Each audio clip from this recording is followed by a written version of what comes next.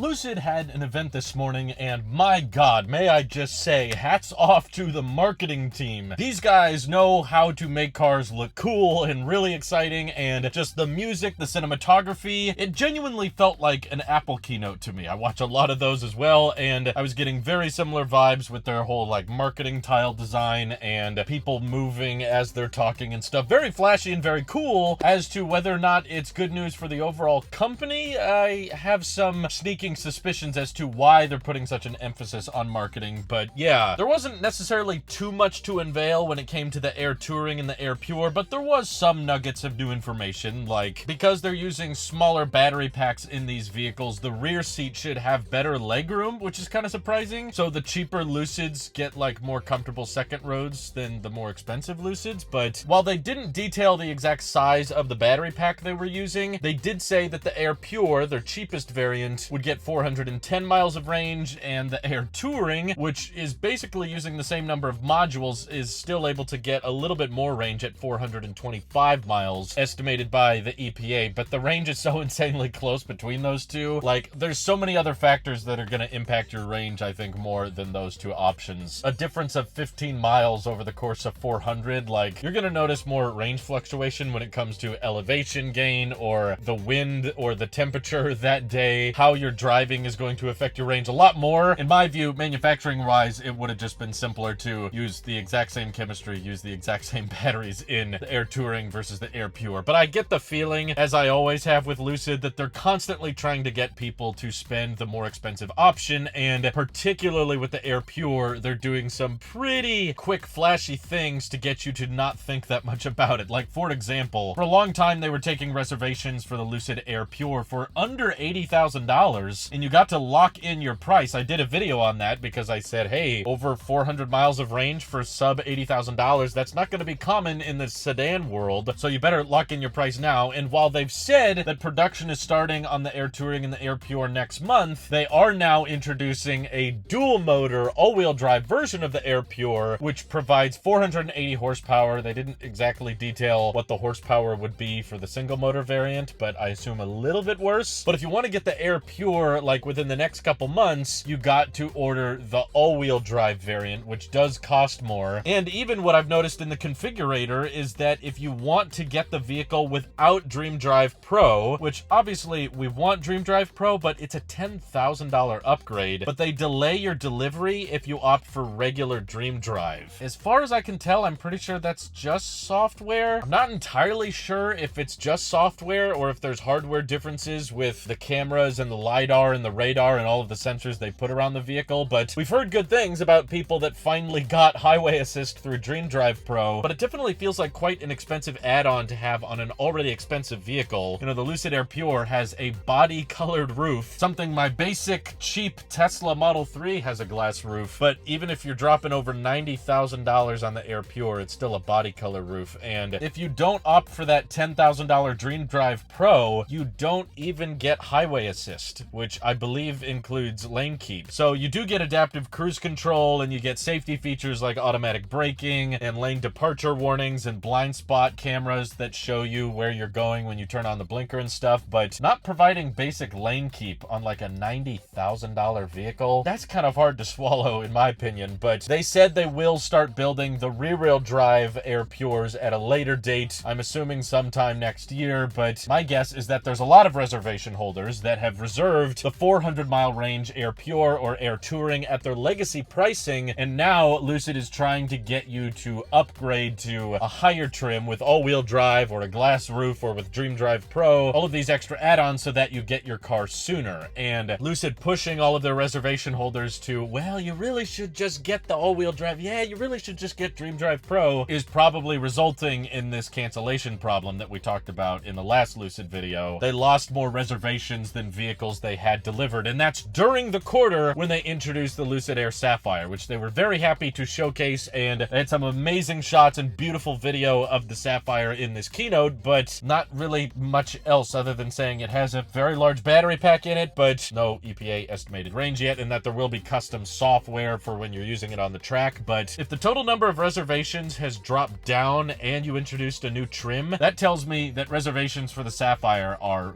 very, very low. Potentially like under 100 reservations at this point. So maybe they get a boost in interest after this keynote, but I'm still gathering from all of their presentations and how they're rolling out vehicles and trying to get people with the legacy pricing to upgrade. They're having a hard time selling these vehicles at a profit, and I know that's typical for an EV startup, and Tesla was in that phase for a long time too. But the thing is, they didn't have a burn rate as high as Lucid's did in the early days, and their margins were not as absurdly bad as Lucid's are. I think that their lineup is just a bit too complex. It was honestly starting to become quite confusing watching the presentation when they're like, the Air Pure is amazing and fantastic, but if you like the Air Touring and you want a little bit more performance and you want a little bit more range, then that's great too. But if you want a little bit more, then the Grand Touring offers that. And if you really want the best performance possible, then you can get that Grand Touring Performance, not to be confused with the Sapphire, which is what you should really get if you want the best performance possible. There's just like so much overlap, and you can save so much money by going with an Air Touring and an Air Pure. Literally knocks off like $50,000 from the total price of the vehicle, and you get better second row legroom. The range is still great in my opinion, as we've seen with polls and stuff. Once you surpass 400 miles, most people aren't that interested in breaking the 500-mile range barrier. Unless you live in a fairly cold climate or you're towing a lot with your truck. The difference between 400 and 500 miles, especially in a sedan, is not something most people are willing to spend an extra $50,000 on. And while it's very impressive that they got the coefficient of drag even lower, so now this is the most aerodynamic luxury sedan on the market, kind of specific, but it's a great accomplishment. I'm concerned that they're not boasting that the Air Pure should be their most efficient in their lineup. Lucid still keeps saying that the Air Touring is able to match the great efficiency of the Grand Touring, even though it's using a smaller battery pack. So I would have thought this should be the most energy efficient vehicle on the market. They said they got these range numbers from the EPA, but they're not disclosing the miles per gallon equivalent through the EPA documents yet. So I was hoping that would beat this vehicle, because the Model 3 rear-wheel drive is still the champion when it comes to energy efficiency. And I know the range is a lot lower, so that probably helps, but I just would have thought that the lowest range Lucid with the smallest battery pack, which weighs a lot less, that one should have the better efficiency, right? That should be the one surpassing 4.6 miles per kilowatt hour, and they're not talking about that. They're just saying it matches the efficiency of the vehicle with the larger battery pack. So maybe they're still putting a lot more emphasis on the chassis and the steering and how it handles, and that's kind of eating into the weight savings of the battery pack. I'm not sure. But yes, they were very happy to tease once again the Lucid Gravity, which they already teased a year ago, and gave us a little bit more of a sneak peek, but still not really many concrete specs. So they did showcase that it will have options of a 5-seater, a 6-seater, or a 7-seater, as a full-size SUV should. That's good. But they were primarily showcasing the 6-seater because this is finally bringing back those like captain luxury seats that recline all the way and actually bring your feet up. It's just if you recline in the second row, you're basically gonna eat into the third row seating area. So maybe it would have made more sense to just have a straight up 4-seater at this point, but that probably would just be a bit too weird for them. But I love the design of the interior when it comes to the Gravity. This giant panoramic glass roof, the windshield goes right past the driver's head, and that second row looks incredibly comfortable. And this is the type of Lucid features that I really thought they should have started with. I think they needed more exclusive features going for them than just high range and fast charging. And those second row pilot seats is honestly one of the things that I really was missing out on whenever we checked out the Lucid Air sedans. But the fact that they want to do it with the 6-seater on the Gravity is amazing. I'm happy about that. I think they're probably very intentionally not showing what the 5 or 7-seater looks like because it's a lot more boring. But the front appears to have a line going across, which gives me hope that the frunk is insanely large on the Gravity, and even the headlights themselves will go up. That way you have a easier point of entry of cargo space. They're boasting that this will be the most aerodynamic SUV on the market with the best range in its class. So I'm assuming with a fairly large battery pack in the Gravity, they'll probably surpass around 400 miles of range. 500 sounds a bit insane for a vehicle of this size, but it's kind of going right up against the Rivian R1S, which as of right now, Rivian is only using the large pack, which means a little over 300 miles of range on that vehicle. And they're working towards doing a lithium iron phosphate one that would be sub 300 miles of range, but a lot cheaper. Whereas I think Lucid is going to lean more towards the luxury features, not so much the off-roading, and they're going to emphasize more on the range and peak charging speed. So the Gravity I'm predicting will be a little bit over 400 miles of range, but probably start north of $120,000. But because of its practicality and because of its unique features in the second row, I I genuinely keep asking myself, why didn't they start with this one? Why did they feel the need to start with the sedan? Because that's already such a crowded market, and I know that the 7-seater SUV market is still crowded too, but at least the demand is substantially higher for that class of vehicle, you know? I think this one has a lot more unique and exclusive features going for it than the Lucid Air does, which is competing with Porsche, it's competing with Mercedes, it's competing with Tesla, but none of those other companies are really offering the unique interior features I think that the Gravity is. So I feel like if they could start it over from scratch, they honestly should have just started with the Gravity and then eventually made a sedan, but maybe they felt like performance needed to be exaggerated first. But to me, that results in a lot more bragging rights, like, hey, we got trophies from Motor Trend and we have the fastest sedan in the world because it can do 0 to 60 in 1.89 seconds, or all of these crazy performance metrics of the Sapphire. But again, like, less than 50 people might actually drive one of those things. So I'm curious as to why they want to continue teasing the Sapphire instead of just actually unveiling the specs, because at this point they've showcased the outside, they've showcased the inside. Now it's going to be kind of boring when they probably inevitably will have another event next year where they say, okay, the Gravity starts at this price and here's the 0 to 60 time, here's the range, but all the design parts will be already revealed because we know what the Gravity looks like. We just don't know much about the numbers. I'm sure for the most part it's just going to feel like a Lucid Air souped up in a bit taller, but I really hope that they can actually fix the sun visor design of the Lucid Air. They have this great windshield that goes all the way past your head, but they have to stick the sun visors in the traditional place. Just do what the Model X does. Build it into the column here. That way you have the unobstructed view going out the front. But we'll see if they make any kind of little last-minute design tweaks, because reservations are starting next year and deliveries are starting in 2024. So we've still got some time before this thing actually hits the market. Rivian's got them beat in the 7-seater SUV market by a long shot. But what did you guys think of the event? I personally think that with all of their money problems and ramping problems, Lucid is really trying to get bought out by Apple at this point. They have such an Apple vibe. They basically got discount Johnny Ive doing all of their voiceovers, and they film their events like Apple does. They're just like, oops, I dropped my Apple Pencil. I wish someone could pick it up for me. Because, you know, Apple's usually not about selling at the highest volume, but Apple wants to sell the best possible version of something. So I could see Apple buying Lucid one day and being like, see, we have the longest range EVs, we have the fastest charging EVs, we have the best efficiency, not necessarily the most affordable, not necessarily the most popular, but we can say we are the best overall. But maybe Apple's just waiting for the market cap to dip below a certain threshold before they actually put an offer in. We'll see. What do you guys think makes sense for Lucid's business? Are you excited for their future now after watching the keynote? Are you still a bit nervous to see them trying to get as many legacy reservations to upgrade and spend more money on their cars because they're